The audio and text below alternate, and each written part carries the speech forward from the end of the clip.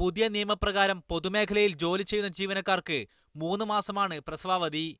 കുഞ്ഞുങ്ങൾക്ക് 4 മാസം പ്രായമാവും വരെ മുലയൂട്ടുന്നതിനായി ദിവസവും 2 മണിക്കൂർ ഇടവേളയും ലഭിക്കും.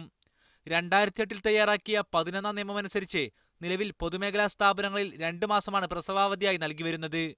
ഈ നിയമത്തിന്റെ 51ാം ചട്ടം ഭേദഗതി ചെയ്താണ് 2016 17ാം ഫെഡറൽ നിയമം പുറപ്പെടുവിച്ചത്.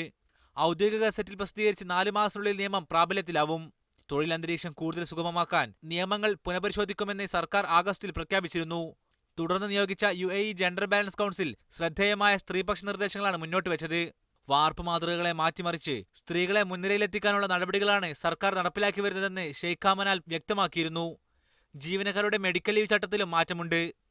അംഗീകൃത ഡോക്ടറുടെ ശുപാർശ പ്രകാരം ഒരു അവധി അപേക്ഷയിന്മേൽ തുടർച്ചയായി 5 ദിവസത്തെ അവധിയാണ് ലഭിക്കുക. വർഷത്തിൽ പരമാവധി ലഭിക്കുക 15 മെഡിക്കൽ ലീവുകളാണ്.